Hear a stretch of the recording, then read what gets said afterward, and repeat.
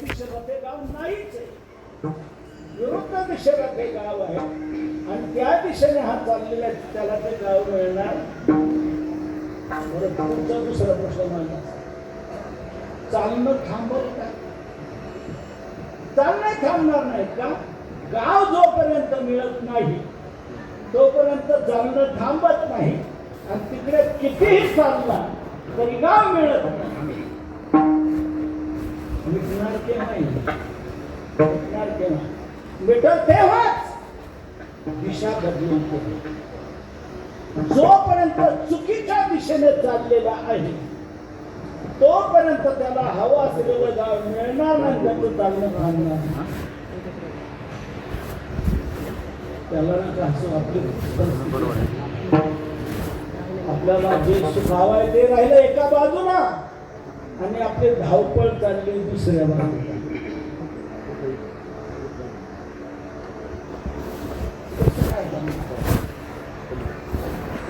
म्हणतात तुम्ही किती धावला तरी उपयोग होणार नाही, किती धावला तरी उपयोग होणार नाही. लोक म्हणू लागले मग आम्ही धावूच नको का? म्हणतात धावूच नको का? हे कसं काय झालं? मला जर मिळवायचं तर धावलंच पाहिजे, धावल्याशिवाय मिळणार नाही. आणि पुन्हा म्हणतात की धावून उपयोग नाही, मग कसं काय? महाराज म्हणतात कसं काय लक्षात घ्या, धावल्याशिवाय मिळणार नाही पण धावून उपयोग नाही हे जे माझं म्हणणं आहे. तुम्ही चुकीच्या दिशेने जोपर्यंत धावता उपयोग नाही, मग योग्य दिशेने ज्यावेळेला धावाल त्यावेळेला उपयोग होऊ शकेल. म्हणजे आम्ही जे धावतो ते तुम्हाला चुकीचं म्हणायचे कारण जोपर्यंत चुकीच्या दिशेने तुम्ही धावता तोपर्यंत धावून उपयोग होणार नाही. बरोबर, धावूच नको तर त्याने नाही, धावायलाच पाहिजे, त्याशिवाय मिळणार नाही. आता एक नक्की झालं, आमची धावाधाव चुकीची आहे म्हणून आम्हाला हवं ते मिळू शकत नाही, हे कबूल करतो आम्ही. आता एकच सांगा आम्हाला, आम्ही धावावं तरी नेमकं कसं धावलं म्हणजे आम्हाला सुख मिळेल आणि आमचं दुःख मिटेल. तर ती धावाधाव नेमकी कशी केली पाहिजे तेच तुकोबारा आज आपण सेवेकरता घेतलेल्या अभंगाच्या प्रथम चरणातून सांगतो.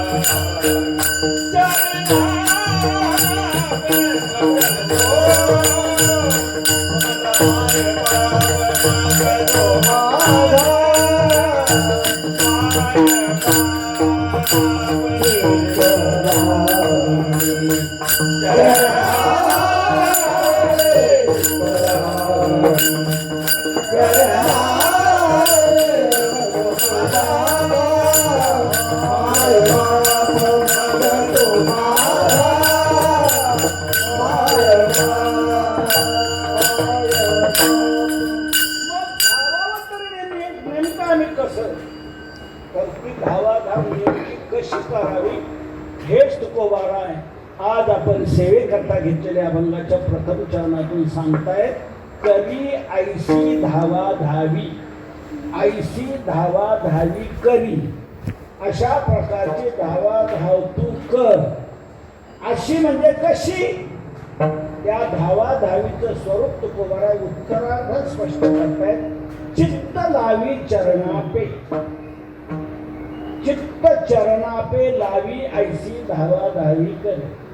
तू आपलं चित्त त्या भगवंताच्या चरणाकडे लाव की तुला हवा असलेलं अशी धावा धाव कर. चित्त लावी चरणा पे, भगवंताच्या चरणाकडे तू आपलं चित्त लाव, अशी धावा धाव कर. काय धावा धावायचं सांगितलं तुकोबरायांनी? चित्त लावी चरणा पे, भगवंताच्या चरणाकडे तू आपलं चित्त लाव, अशी धावा धाव कर. आपली धावा धाव दुसरीकडे. थोडक्यात साध्या सोप्या भाषेत सांगायचं म्हणजे संसाराकडे आपली धावा धाव चालते.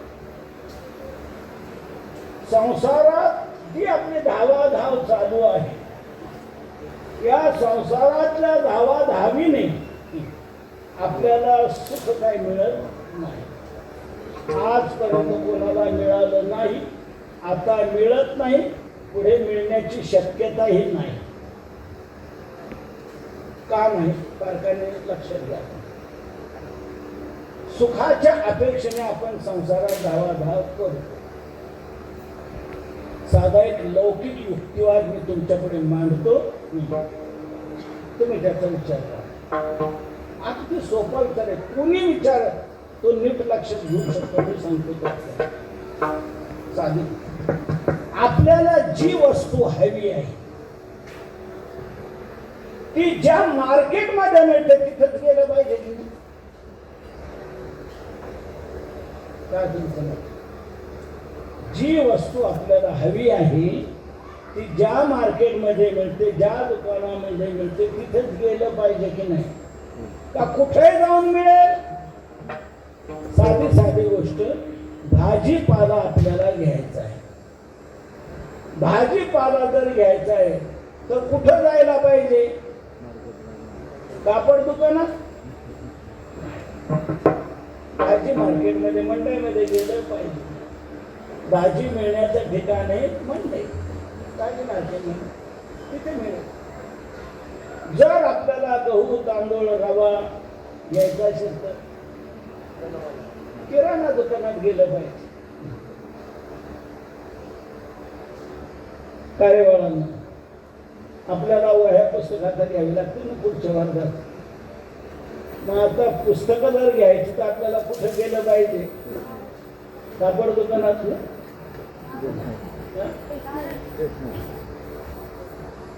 स्टेशनरी दुकानात गेलं पाहिजे, वह्या पुस्तकाच्या दुकानात गेलं पाहिजे.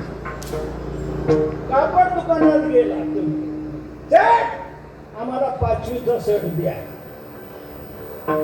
सेट काय म्हणेल? अरे तू 5वी गेलाय ना, मग तुला पुस्तकं पाहिजेत ना 5वीची, तर तू हे कोणतं दुकान आहे? पाठी वाचता येते का तुला? हे वस्त्रालय आहे, हे पुस्तकालय नाही. पुस्तकं जर तुला हवी आहेत तर ती पुढे बघ, ते स्टेशनरी दुकान, त्या पुस्तकाचं दुकान, तिथे जा. म्हणजे जी वस्तू आपल्याला हवी आहे ती ज्या दुकानात मिळते, ज्या मार्केटमध्ये मिळते तिथेच गेलं पाहिजे. कुठेही जाऊन आपल्याला हवी असलेली वस्तू मिळणार नाही, ते असलेली. गुरुपुष्यामृत योगावर जर आपल्याला सोनं खरेदी करायचं असेल तर कुठे गेलं पाहिजे? बैलाच्या बाजारात नाही, जव्हेरी बाजारात, ज्वेलर्स, सोन्या चांदीचं दुकान, तिथं आपल्याला गेलं पाहिजे. कुठेही जाऊन हवी असलेली वस्तू मिळणार नाही, तिथे असलेली मिळेल. आता बाकी लक्षात घ्या, हा युक्तिवाद तुमच्या लक्षात आला. तसं आपल्याला काय हवं आहे? मग सुख जर हवं आहे तर सुख कुठे आहे? सुख कुठे मिळू शकतं ते आपण पहिलं लक्षात घेतलं पाहिजे. ज्या संसारात तुम्ही सुखाची अपेक्षा करता त्या संसारात कोणता माल आहे? दुःख बांधवडी आहे हा संसार. सुखाचा विचार नाही कोणी. या संसारात दुःखाचाच माल खचून भरलेला आहे. बाप दुःखाचे गेले सुखले ज्ञानोबराय म्हणतात. दुःख दुःख संसार दुःख मूळ चहूकडे. जर दुःख दुःख पुरेपूर भरलेलं आहे तर सुख मिळेल कसं काय आपल्याला इथे? संसारात ते नाहीच आहे. सुख नाही कोठे आली या संसार. वाया हो घरी होऊ नका. इथे नाहीच तर आपल्याला मिळेल कसं? त्याच्याजवळ जे असेल तेच तो आपल्याला दे. आपल्याला हवं असलेलं जिथे मिळतं तिथे आपण जाणं आवश्यक आहे. अन्यत्र कुठे जाऊन उपयोग होणार? तुकोबारा म्हणतात, तुला जर सुख हवं आहे तर या संसारात दुःखाचाच माल खचून भरलेला आहे. तर तू तिकडे लाव चित्त. चित्त लावी चरणापे. भगवंताच्या चरणाकडे तू आपलं चित्त लाव. तिकडे लाव. आता एक थोडस दुसरं मार्मिक आपल्याला मी विचारतो. तुकोबारा इथे धावाधाव आपल्याला बदलायला सांगतात. अशी धावाधाव कर म्हणतात. तू जी करत होता ती चुकीची. तर अशी धावाधाव तू कर. अशी म्हणजे कशी? चित्त लावी करणार. आता बारकाईने लक्षात घ्या. तुकोबारा इथे आपल्याला देहाची धावाधाव बदलायला सांगत नाही, चित्ताची धावाधाव बदलायला सांगतात. चित्त लावी चरणाकडे म्हणतात. तू आपलं चित्त भगवंताच्या चरणाकडे लाव. म्हणजे चित्ताची धावाधाव बदलायला सांगतात, देहाची धावाधाव बदलायला सांगत नाही. देह असू द्या तुमचा शेतीमध्ये, जे असू द्या तुमच्या दुकानामध्ये, जे असू द्या तुमच्या फॅक्टरीमध्ये, जे असू द्या तुमच्या ITM मध्ये, जे असू द्या तुमच्या कर्तव्याला आलेला जो व्यवसाय आहे त्या व्यवसायात तुमचा देह असू द्या. देहाची धावाधाव बदलू नका. तो व्यवसाय वाट्याला आलेला करा. चित्त मात्र भगवंताच्या चरणाकडे. देहाची धावाधाव बदलायचं कारण नाही. का नाही? त्याचं कारण आहे शरीर निर्वाह करता संसार करणे गरजेचं आहे. म्हणून शेती का करायची? दुकान का चालवायचं? नोकरी का करायची? उद्योग व्यवसाय का करायचा? हे खरं बनवलं.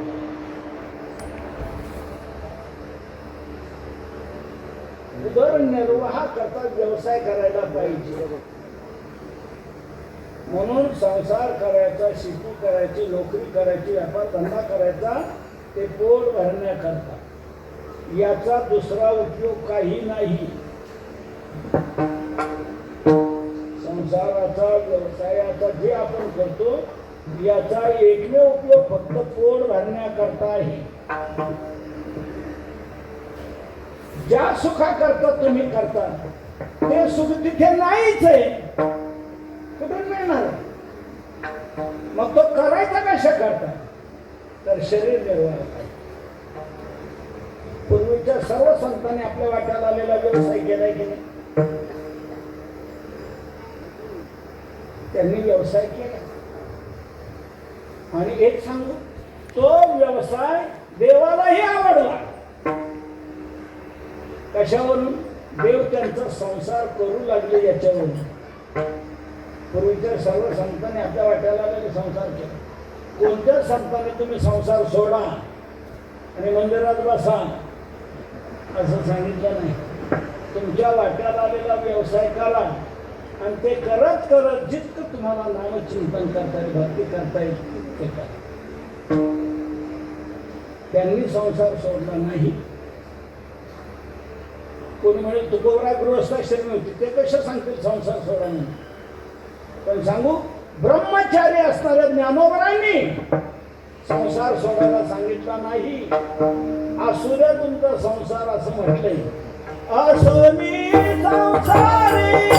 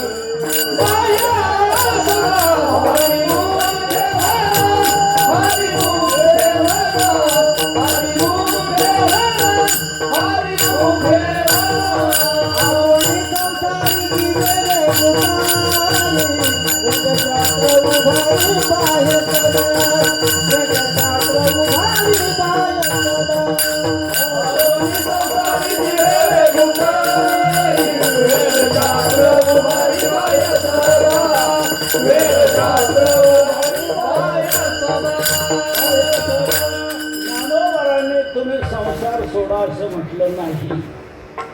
असू द्या तुमचा संसार म्हटले. असोनी संसारी जिल्हे त्यांनी संसार सोडायला सांगितलं नाही. बोल संसार सोडणाऱ्याला तू का सोडतो ही भाषा ज्ञानोबरांची. का सांगितली गृहाश्रम उपजले तुझे घरी घरदार ओखटे तेजू म्हणत त्यांनी आपल्या वाट्याला संसार केला. आणखी पुढचं सांगतो त्यांनी केलेला संसार देवाला आवडला. कशावरून? हो देव त्यांचा संसार करू लागले याच्यावर. पूर्वीच्या सर्व संतांनी आपल्या वाट्याला आलेला संसार केला. तो संसार देवाला आवडला. देव त्यांचा संसार करू लागला. चर्म रंगू लागे कबीराच्या मागे सजन कसाया माळ्या सावत्या नरहरी सोनारा चोखे मेळा संगे संपूर्ण आलं बघा. सर्व संतांनी आपल्या वाट्याला आलेला संसार केलेला आहे आणि त्यांनी केलेला संसार देवालाही आवडला. देव त्यांचा संसार करू लागला. म्हणून माझं असं म्हणणं आहे आपण आपला संसार असा करावा की तो देवाला आवडला पाहिजे. आपण आपला संसार असा करावा. संसारातून देवाचं वाकडं नाही. संसारातून संतांचंही वाकडं नाही. संसार करायचाच हे दोघांचं मत आहे. पण एक लक्षात ठेवा तो का करायचा. संसार जो करायचा तो का करायचा. उदरनिर्वाह करता कुटुंब धारणे करता करायचं. एक लक्षात संसार करा की परमार्थ करा. तुमचं शरीर कार्यक्षम पाहिजे की नाही. संसार करायला शरीर कार्यक्षम पाहिजे की नाही आणि परमार्थ करायला शरीर कार्यक्षम पाहिजे की नाही. 8 तास ड्युटी करायची फॅक्टरी मध्ये शरीरात ताकद पाहिजे की नाही. आणि माऊलीच्या सोहळ्याबरोबर पायी चालायचं शरीर कार्यक्षम पाहिजे की नाही. रिंगणामध्ये नाचायचं शरीर कार्यक्षम पाहिजे की नाही. जागरणा उभं राहायचं शरीर कार्यक्षम पाहिजे की नाही. हरिपाठ करायचं शरीर कार्यक्षम पाहिजे की नाही. म्हणजे संसार करा की परमार्थ करा शरीर कार्यक्षम पाहिजे. शरीर माध्यम खरं धर्म साधन. आता पुढचं ऐका. शरीर कार्यक्षम राहण्याकरता शरीरात गोळाभर अन्न गेलं पाहिजे की नाही.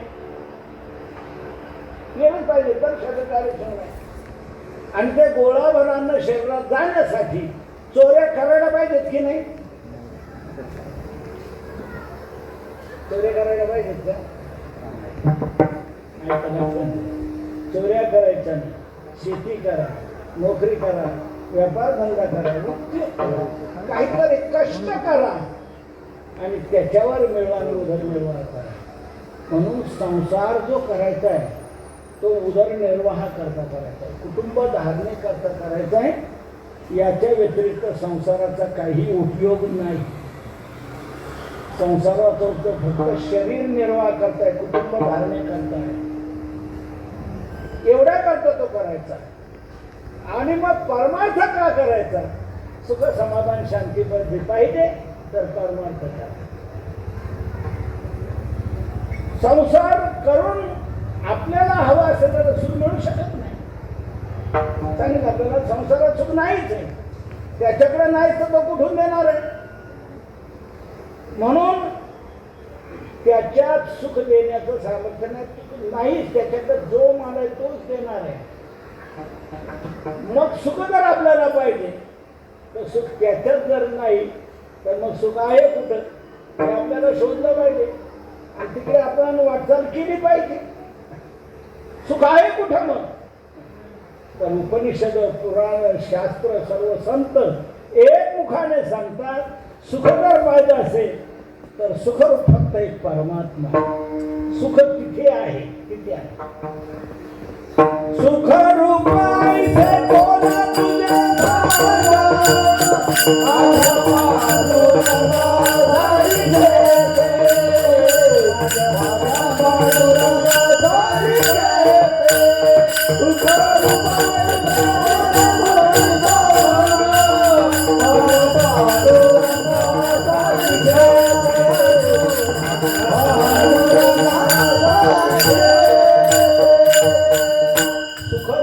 ऐसे कोण तुझे सांगा, माझ्या पांडुरंगा सारी खेळते. नाथ्यामध्ये असा पाठ आहे, आपल्या माथ्यात वेगळा बसला. सुखरूप ऐसे कोण तुझे सांगा, माझ्या पांडुरंगा सारी खेळते. त्याचा अन्वयाचा माझ्या पांडुरंगा सारखे सुखरूप ऐसे कोण, ऐसे तुझे कोण हे सांगा. असं कोण आहे दुसरं? तोच सर्व सुखाचे आगर बाप रखुमार ज्ञानोबराय सांगतात, सर्व सुखाचा आगर तो आहे. नामदेवराय सांगतात, जनाबाई सांगते, नरहरी सोनार सांगतात, सगळे संत सांगतात सर्व सुख जर कुठे असेल तर ते परमात्म्याच्या ठिकाणी. मग सुख तिथे आहे आणि इकडे संसारात दुःख आहे. मग आपल्याला काय पाहिजे? सुख पाहिजे. तर तुकोबाला तेवढ्या करता सांगतात, चित्त लावी चरणाते. भगवंताच्या चरणात सर्व सुख साठवलेली आहे. तुला ते पाहिजे तर तुझं चित्त तिकडं लाव, तिथे सर्व सुख आहे भगवंताच्या चरणाने. तुझे पायी सुख सर्व आहे, तुझे पायी सुख सर्व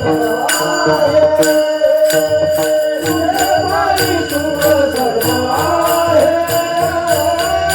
तुझे पायी सुख सर्व आहे,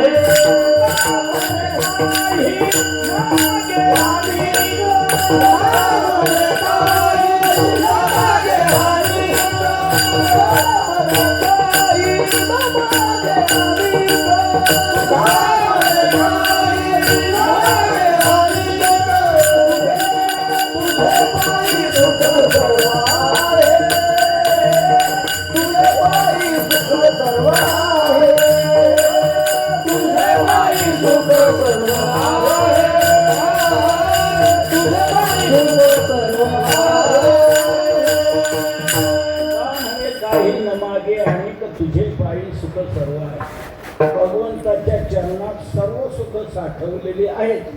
सुख तिथे आहे म्हणून तुकोबाला म्हणतात, तुला जे पाहिजे ते तिथे आहे म्हणून चित्त लावी चरणाकडे. भगवंताच्या चरणाकडे तू आपलं चित्त लाव, तिथे सुख आहे, तुला ते मिळेल. ज्यांनी ज्यांनी चित्त तिथे लावलं त्यांना सुख मिळालेलं आहे. तुकोबारांनाच विचारा ना, तुकोबारा तुमचं दुःख मिटलं केव्हा, तुम्हाला आनंद मिळाला केव्हा? तुकोबारा म्हणतात, देवा आता कोठे धावे मन, तुझे चरण टेकिलिया. भाग गेला शीन गेला अवघा झाला आनंद. केव्हा भागशीन गेला? केव्हा? तुझे चरण देखील. अवघा आनंद झाला केव्हा? तुझे चरण देखील. भगवंताच्या चरण दर्शनात दुःख कायमच गेलं नाही, आनंद कायमचा. नाथ महाराजांना विचारा, नाथ महाराज तुमची परिस्थिती आता कशी काय? नाथ महाराज आपली परिस्थिती सांगतात. अवघेची त्रैलोक्य आनंदाचे आता म्हणजे केव्हा? चरणी जगन्नाथा चित्त ठेवले, जगन्नाथा चरणी चित्त ठेवले. आता अवघेची त्रैलोक्य आनंदाचे. भगवंताच्या चरणात सर्व सुख साठवले. आता माझं चित्त मी तिकडे लावलं आणि ते तिथे थांबलं, त्यामुळे मला आता सर्व त्रैलोक्य आनंदाचं. ज्ञानोबारांना विचारा, ज्ञानोबारा देवानेच विचारलं ज्ञानोबारांना, माझे चरण पाहण्यात तुम्हाला काय वाटलं? ज्ञानोबारा सांगतात, देखिले तुमचे चरण निवांत राहिले मन, असया तेजना प्राण आपला गे माये, असेन धनीवरी आपले माये. तिथे आनंद आहे. भगवंताच्या चरणात सर्व सुख साठवलेले आहे. म्हणून तुकोबरा म्हणतात तिकडे चित्त लावा. इकडे काय करायचं? संसार करा ना तुमच्या देहाने. शेती करत जा, नोकरी करत जा, व्यापार धंदा करत जा, देह तिथे असू. आपण संसारात असावं, आपल्याच संसार नसावा. पुन्हा लक्षात घ्या, आपण संसारात असावं का? शरीर निर्वाह करता, कुटुंब धारणे करता, त्यात असायलाच पाहिजे. नोकरी व्यापार धंदा उद्योग करायलाच पाहिजे. म्हणून आपण संसारात असायचं. या देहाने आपण या संसारात असायचं. फक्त आपल्या आत म्हणजे आपल्या चित्तात हा नसायला पाहिजे, तो असायला पाहिजे. तो परमात्मा, तो चित्तात असायला पाहिजे. म्हणून आपण संसारात असावं, आपल्या संसार नसावा.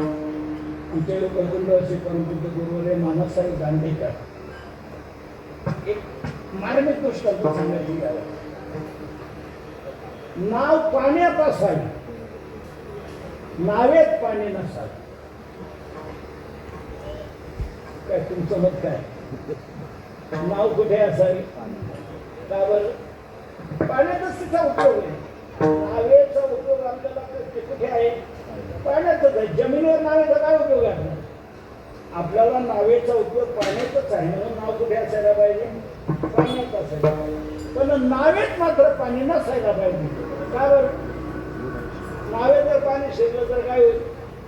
नाव बुडल, बसणारे तरतील. नाव पाण्यात असावे, नावेत पाणी नसावं. नावेत पाणी शिरलं तर नाव बुडेल, बसणारे बुडतील. म्हणून नाव पाण्यात असावी, नावेत पाणी नसावे. तसं आपण संसारात असावं, आपल्यात संसार नसावा. आपल्या चित्तात तो असायला पाहिजे, तो परमात्मा असायला पाहिजे. तो सर्व सुखाचा आधार आहे. म्हणून तो सर्व सुख आपल्याला देऊ शकतो. आपुला तो एक देव घ्यावा, तेने बिना जीवा सुख नव्हे. त्याच्याशिवाय जीवाला सुख प्राप्त होणं शक्य नाही. सुखात असतो त्याच्याने.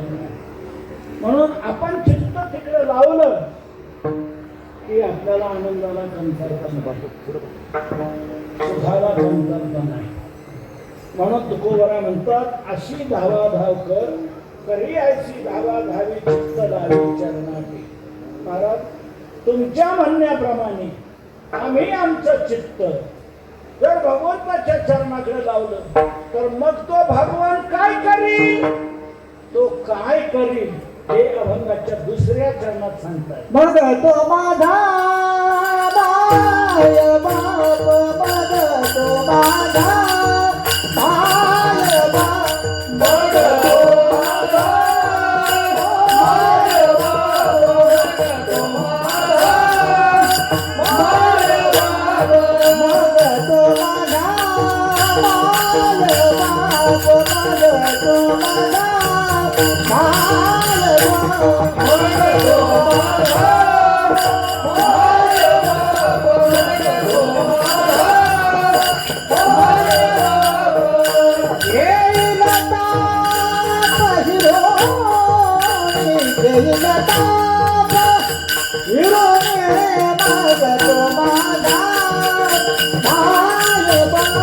मागतो माझा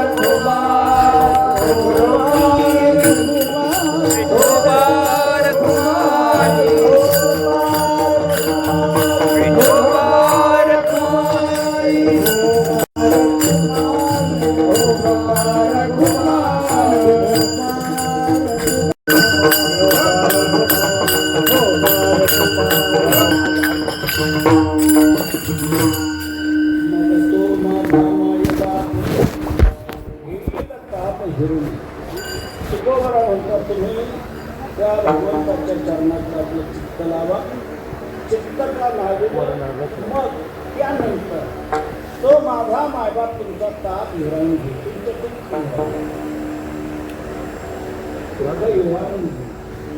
हिरावून घेण्याची त्याला फार सवय, चोरी करायची त्याला फार सवय. गोकुळात त्याने हात बंद केला. गोकुळात यांनी चोऱ्या केल्या फार. भगवान चोर आहे, पण कोणता चोर आहे? तो चित्त चोरणार, भक्ताचं पाप चोरणार, भक्ताचं अनिष्ट दुःख दूर करणार, याची तो चोरी करतो. त्याला बाकीची कशाची गरज नाही. तुमच्या सोन्याची गरज आहे, त्या पैशाची गरज आहे, कशाची चोरीची गरज? तो लक्ष्मीपती, त्याला ह्या चोरायचं काय कारण नाही.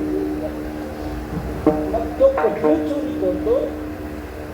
खूप सुंदर म्हटले, व्रजे प्रसिद्धम नवनीत चौरम गोपांगनानांच दुकूल चौरम अनेक जन्मार्जित पाप चौरम चौराग्रगण्यम पुरुषम नमान.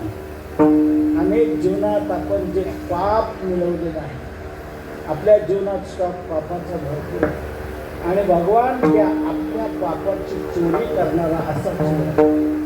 इतर चोर ज्याच्या घरी चोरी करायला जातात त्याचं इष्टधन नेतात आणि त्याच्या जीवनात अनिष्ट निर्माण करतात. पण भगवान हा चोर ज्याच्या घरी चोरी करायला जातो त्याचं अनिष्ट दुःख, अनिष्ट पाप हे चोरतो आणि त्याला नित्य आनंद देतो. आनंद देतो. नारायणो नाम नरो नराणां प्रसिद्ध चोर कथित पृथिव्यां अनेक जन्मार्जित पाप संचयन हरत्य शेषम स्मरतां सदैव. अनेक जन्मात आपण जे मिळवलेलं पाप आहे ते पाप चोरणारा असा चोर भगवान. हरिर हरती पापानी, त्याचं नाव हरी का? तो भक्ताचं पाप हरण करतो, भक्ताचं पाप हिरावून घेतो, म्हणून त्याला हरी असं म्हटलेलं आहे. तो ही चोरी करतो. म्हणून पुराणात गाजलेला चोर आहे नामदेवरायानंतर. ऐसा पुराण प्रसिद्ध चोर केशव नाम्याचा दरबार पंढरपुरी उभा विटेवर भक्ता पुंडलिका. म्हणून तुमचं पाप तो हिरावून घेईल, तुमचं दुःख तो हिरावून घेईल आणि तुम्हाला आनंदच आनंद प्राप्त करून देईल. तुम्हाला ते हवं आहे ना? मी सुरुवातीला सांगितलं, प्रस्तावनेत आपल्याला आपली धावाधाव कशा करता, आपल्या जीवनातलं दुःख मिटलं पाहिजे आणि आपल्याला सुख मिळालं पाहिजे. याकरता आपल्या जीवनातलं धावाधाव आहे. शेतकरी शेतीत, व्यापारी व्यापारात, नोकरी करणारा नोकरीत, उद्योजक आपल्या उद्योगामध्ये, प्रत्येक प्रत्येकजण आपापल्या परीने प्रयत्नशील आहे, प्रयोगशील आहे, परिवर्तनशील आहे, पराकाष्ठा करतो आहे दुःख घालवण्याकरता आणि सुख मिळवण्याकरता. पण ज्या संसारात आपण हे प्रयत्न करतो त्या संसारात दुःख मिटत नाही, सुख मिळत नाही. का? सुख तिथे नाही तर मिळेल कुठे? जाईल आपल्याला संसारात स्टॉक आहे दुःखात, दुःख बांधवडी आहे संसार, ते सुख नाही तर मिळेल कुठून? म्हणून सुख जिकडे आहे तो सुखाचा सागर परमात्मा. घालू देवावरी भार देव सुखाचा सागर, सुखाचा जो समुद्र आहे त्याच्यातलं सुख कधीच आटू शकत. समुद्रातलं पाणी कधी आटलंय का? कितीही आवर्षण पडतं समुद्र कधी कमी होत, आणि किती महापूर जाऊ द्या समुद्र कधी वाढत. तो नित्य परिपूर्ण भरलेला आहे. अपूर्यमान मचला प्रतिष्ठान समुद्र महापूर प्रविशंती वार्षेवीन सागर जैसा जडे नित्य निर्भर. पाण्याने पूर्ण भरलेला समुद्र आहे, तो कधी आटलाय? मुंबईचा अरबी समुद्र कधी आटलाय? काऊ काका नंदरे, तुम्ही मुंबईला किती वर्षापासून गेले? वयाच्या कोणत्या वर्षी गेले मुंबईला? किती वर्ष झाली आतापर्यंत? 60 वर्ष झाली. 60 वर्षात असं एखाद्या वर्षी तुम्ही पाहिलं का समुद्रातलं अरबी समुद्र पूर्ण आटला, एक थेंब राहिला नाही त्याच्यात? असं 60 वर्षात कधी ऐकलं? केव्हाच नाही. समुद्रातलं पाणी कधी आटत नाही, किती महापूर जाऊ दे समुद्र कधी वाटत नाही. तो परिपूर्ण आहे. तसा परमात्मा सर्व सुखाने परिपूर्ण आहे. घालू देवावरी भार देव सुखाचा सागर, सुखाचा समुद्र परिपूर्ण भरलेला आहे. म्हणून तुकोबरे म्हणतो तुम्ही त्याच्याकडे चित्त लावलं की तो तुमचं दुःख हिरावून घेईल, ताप हिरावून घेईल, पाप हिरावून घेईल. पहिलं तुमचं अनिष्ट दूर करेल, अनिष्ट दुःख घालवेल आणि तुम्हाला नित्य अनंतच आनंद प्राप्त करेल. आणि तो आनंद असा राहील, तो कायमचा राहील, तो टिकाऊ आहे, तो क्षणिक नाही. विषयात संसारात भोगात आपल्याला आनंद मिळतो पण तो टिकाऊ नाही, क्षणिक आहे. जिलेबी खाल्ल्यानंतर विंचू चावल्यासारखं होतं का? नाही. जिलेबी तोंडात टाकलं की सुख,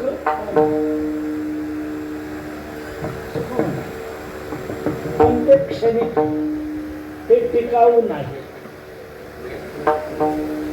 टिकाऊ नाही. मी तुम्हाला विचारतो, तुम्हाला विशेष आवडणारा पदार्थ कोणता? गुलाबजामुन. गुलाबजामुन विशेष आवडणारा पदार्थ गुलाबजामुन. आज काय पंक्तीला भेट आहे म्हणजे गुलाबजामुन. ऐकल्याबरोबर लगेच आनंद होणार. आजचा भेट आपल्या आवडीचा गुलाबजामुन ऐकल्याबरोबर लगेच आनंद होणार. गुलाबजामुन आहे एवढं नुसतं ऐकलं तरी आनंद. कीर्तन सुटलं, पंगत बसली,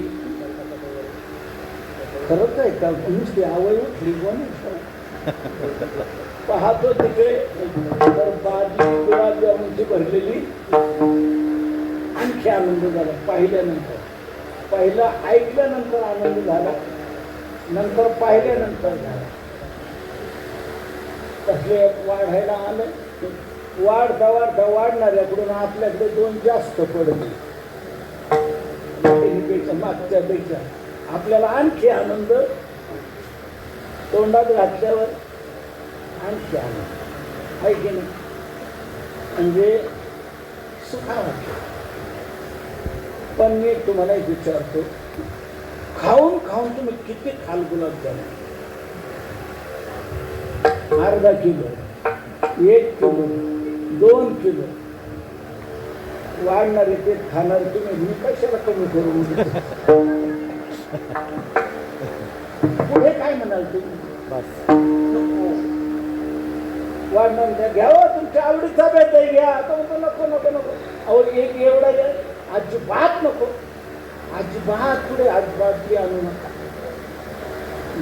जर तुम्ही पुढे आणाल तर आतले बाहेर यायला सुरुवात होईल.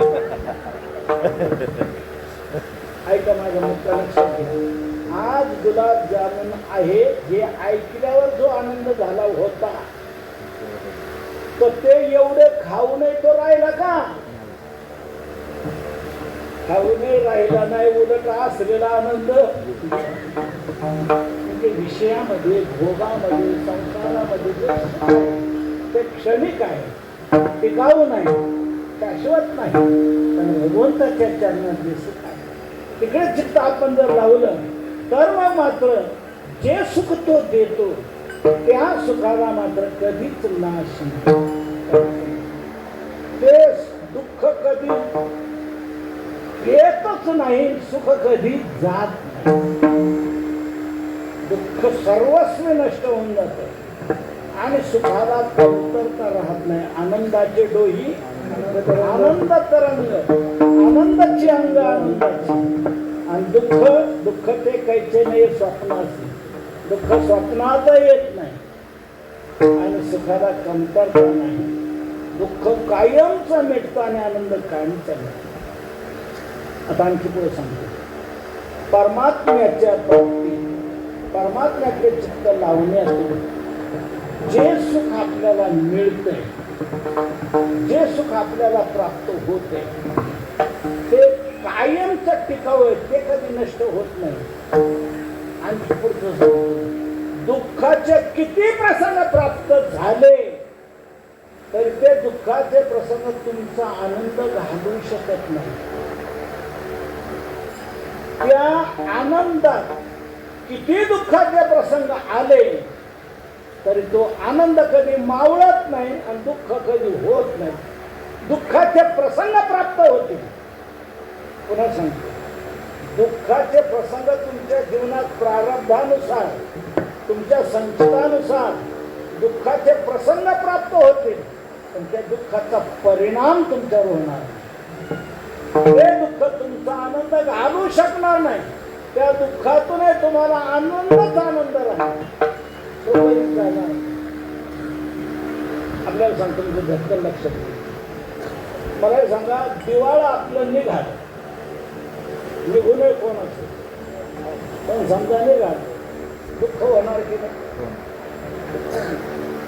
6 महिने अंतरून सोडत नाही, तोंड बाहेर काढत नाही. कोणत्या तोंडाने जाऊ लोक पुढे म्हणते दिवाळं निघालं की बाहेर पडत नाही. दुःख दुःख.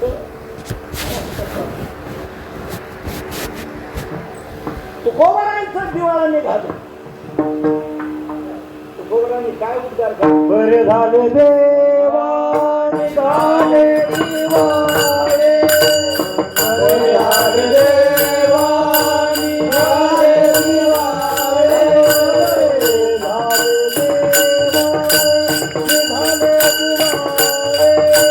बरे झाले देवा निघाले दिवाळे,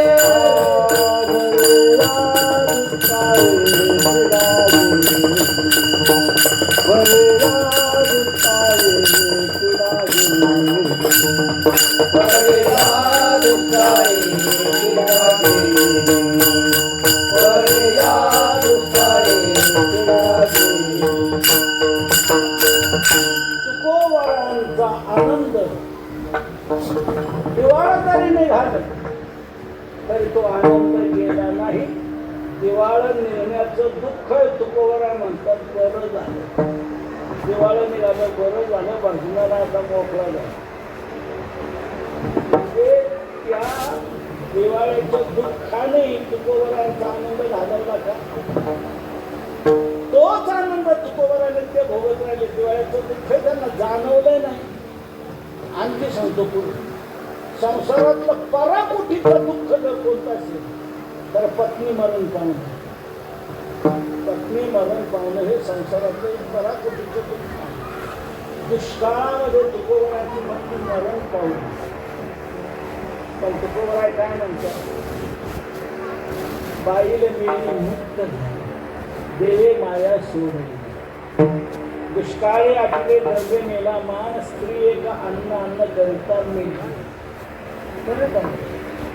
सुखदेवाच्या घरी आता मी भजनाला म्हणजे दुःखाचे प्रसंग डोंगरा एवढे प्राप्त झाले तरी ते दुःखाचे प्रसंग तुकोबरांचा आनंद घालू शकले नाही. त्या दुःखातही तुकोबरांना आनंदच आनंद होता. का? आनंद ज्याच्यात आहे तो त्यांनी मिळवला, तो प्राप्त झाला. म्हणून त्या दुःखाचा त्यांच्यावर परिणाम नाही. म्हणून तुकोबराय सांगतात, तुम्हाला दुःख जावं वाटतंय ना, सुख मिळावं वाटतंय ना, तुम्ही तोच मार्ग स्वीकारा. तुकोबरांच्या अनुभवाप्रमाणे आपल्या वाट्याला आलेला संसार करा, संसारात खुशाल राहा, शरीर निर्वाह करता, कुटुंब धारणेकरता संसार करायचा आहे आपल्याला, संसार खुशाल करा. तो करता करता चित्त भगवंताच्या चरणाकडे लावा की बघा तुम्हाला सुख सुख आनंदच आनंद होईल की नाही. म्हणून मग तो माझा मायबाप घेईल ताप हिरोनी चित्त लावी चरणापे, चरणापे चित्त लावी ऐशी धावा धावी करी, मग तो माझा मायबाप घेईल ताप हिरोनी. चित्त भगवंताच्या चरणाकडे लावल्यानंतर तो आपलं ताप हिरावून घेईल, दुःख हिरावून घेईल. दुःख कायमच आपलं मिटेल, आनंद आपल्याला कायम चालू. म्हणून तुकोबराय याप्रमाणे आपल्याला कशी धावाधाव करायची. तो समोरचा आलेला श्रोतांना महाराज योग्य दिशा मिळाली, आता जातो मी. तुकोबराय जाऊ नको, पुढचे 2 चरण समजून जन्म दिला. आतापर्यंत पहिल्या 2 चरणाचा विचार आपल्याला सांगितलाय. पुढचे 2 चरण 5 मिनिटात आपल्याला सारांश सांगतो आणि सेवा संपवतो. तुकोबरानंतर मी तुला जी दिशा दिली, जी धावाधाव तुला करायला सांगितली की तू आपलं चित्त भगवंताच्या चरणाचे नाव याच्यावरच ठाम राहा, याच्यावर स्थिर राहा. इकडं तिकडं चित्त कुठं जाऊ देऊ नको, चित्त भगवंताच्या चरणाचे नाव राहा. तुकोबरायांनी भोपाळ्याच्या रंगदेवाला काय म्हटलं? माझे चित्त तुझे पायी राय राय से करी राय, धरोनिया वातारी वातार, माझे चित्त तुझे पायी राय राय से करी राय,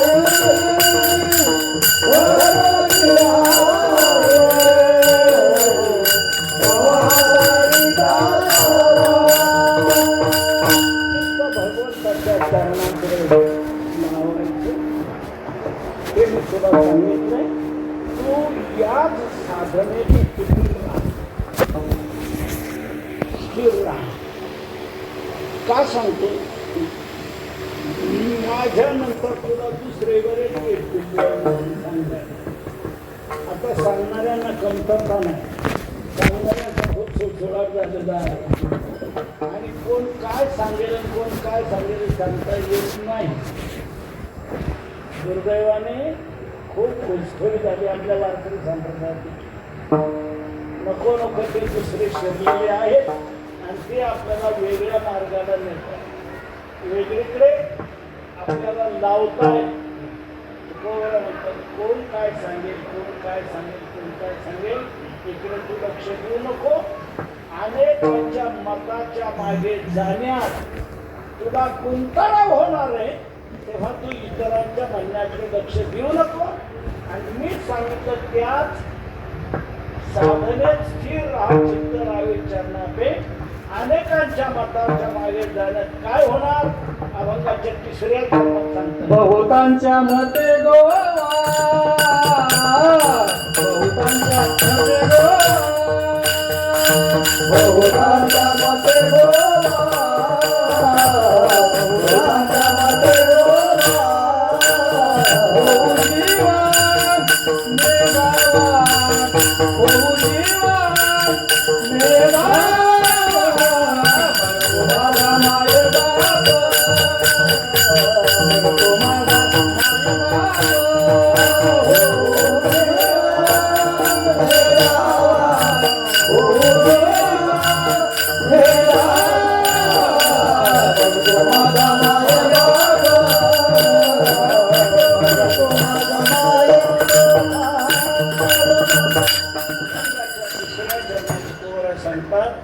बहुतांच्या मते गोवा होऊ जीवाने गावा. अनेकांच्या मताच्या मागे जाऊन आपल्या जीवाला गुंताला होऊ देऊ नये. अनेकांचे अनेक मत आहेत, ती सगळी पोकळ एकही भली नाही. बहुतांची बहुमते अवघे रीते पोकळ, म्हणून बहुतांच्या आम्ही नमिळ मताशी. तर आपण इतरांच्याकडे लक्ष देऊ नका. मी सांगितलेल्या या साधनेतच स्थिर राहा, चित्त लावी चरणार. महाराज ठीक आहे, तो भगवान का विहराम वीर म्हणतात, पण तो कुठे आहे आणि कुठे आहे आमचं त्याला कसं काय कळतं? तो बरं म्हणतात, डोक्यात काही शंका येऊ नका. तुम्ही जिथे आहात तिथे तो आहे. आम्हाला दिसत नाही. तुम्हाला जरी दिसत नसला तरी तो तुम्हाला पाहतो आहे. तुमचं काय चाललंय हे त्याला दिसतंय, तो पाहतो आहे. पण तुम्हाला दिसत जरी नसला तरी तो तिथे आहे. तुम्ही फक्त एक करा, काय त्याला ऐकू जाईल अशी हाक मारा. त्याला ऐकू जाईल अशी हाक मारली, त्याला तुम्ही आळवलं की त्याला धीर धरवला जाणार नाही. तो तुम्हाला प्राप्त होऊन तुमचं दुःख सर्व दूर करेल, आनंद देईल. अभंगाच्या शेवटच्या चरणात तुका मन करुणा बोले, तुका मन करुणा बोले, तुका मन करुणा बोले, तुका मन करुणा बोले, तुका मन करुणा बोले, मन करुणा मन करुणा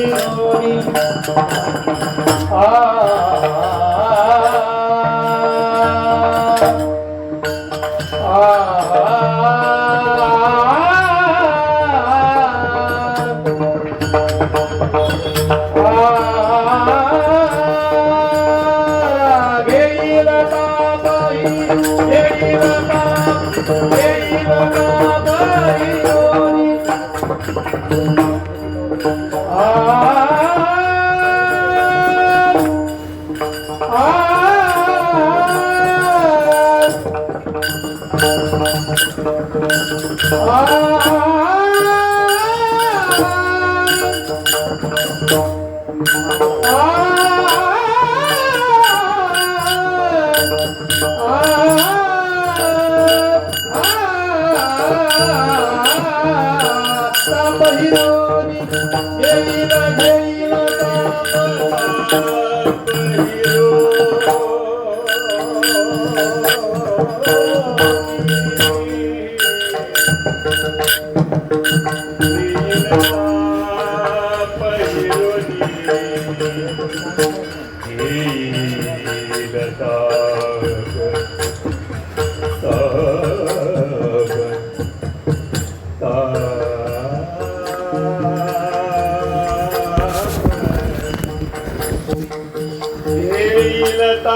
कोठे गुंतवणाची वेळ का झाला भगवान प्राप्त झाले आणि द्रौपदीची घर सगळी नाव राखली. भगवान करुणेने आळवल्यानंतर दूर नाही. देव काहीचा तया दुरी भाकी बरी करुणा बरी करुणा भाकी तया देव दुरी काहीचा. चांगली करुणा वागल्यानंतर देव दूर नाही. आपण त्याला करुणेने आळवण्याची आवश्यकता आहे. आवडीने अंतःकरणाने त्याला आळवावं की तो धावूनही नक्की आपलं रक्षण करू शकेल. आपलं दुःख कायमचं मिटेल आणि आपल्याला आनंद कायमचा मिळेल. असे तुकोबारांच्या अभंग नजरेसमोर ठेवा. अभंगाप्रमाणे आपलं जीवन बनवा. हेच अभंग आपल्याला तारणार, नक्की तारणार. तुकोबारांच्या अभंगाने जिथे दगडांना तारलंय तिथे आपल्याला का नाही तारणार? रामेश्वर भट्टाने दगड बांधून आपण बुडवले इंद्रायणीच्या डोहात. पण तुकोबारांनी त्याच डोहाच्या कडेला 13 दिवस अनुष्ठान केले. तर ते बुडवलेले अभंग दगडांनाही बरोबर आले की नाही? जडी दगडा सहित वया तारीला दर्शनाला दगडाला देवते वर आले आणि तिथून पुढे आपल्याला मिळाले. आपल्याला कधी आले वाटलं? तिथे तरल्यानंतर. तिथे जर ते बुडाले असते तर आपल्या वाट्याला काय आलं?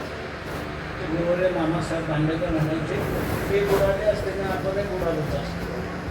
ते तरले म्हणून आपण तरलो असं म्हणायला हरकत नाही. म्हणून ते जिथे तरले त्याच तारक जागेवर त्या अभंगांचं चिरस्मारक व्हावं. दगडाला घेऊन तरले म्हणून दगडावरच कोरून व्हावं. म्हणून गाथा मंदिराची योजना तिथे देवाला राबवण्यात आली. त्याच प्रासंगिक जागेवर प्रासादिक जागेवर पूर्ण अभंग तुकोबारांचे उच्च प्रतीच्या मार्बलवर कोरून लावलेले त्या अभंगाचं मंदिर. अभंग हेच तिथलं दैवत आहे. तुका म्हणे पहा शब्दाची आहे त्या अभंगाचंच मंदिर तिथे करायला. अनेक समाजोपयोगी कार्य तिथे घडत आहेत. अनेक भाविकांच्या त्यागातून ते सर्व उभं राहिलेलं आहे. काशीला मानस मंदिर आहे. अयोध्येला वाल्मिकी रामायण मंदिर आहे. आणि आपल्या महाराष्ट्रात देवला गाथा. आपल्या वारकरी संप्रदायाचं एक आगळंवेगळं स्थान तिथे निर्माण झालेलं आहे. अनेक समाजोपयोगी कार्य तिथे राबवले जातात. दर्शनाला आलेल्या भाविकांना दररोज दुपारी जेवण असतं. 12 ते 2 यावेळी उच्च दर्जाचं मिष्टान्नाचं जेवण असतं. 5-7 सेवक रोज जेवत आहेत. रविवारी सुट्टीच्या दिवशी तर आजारावर जात आहेत. म्हणून असं तिथे अन्नदान चालू आहे. आरोग्यदानही आहे.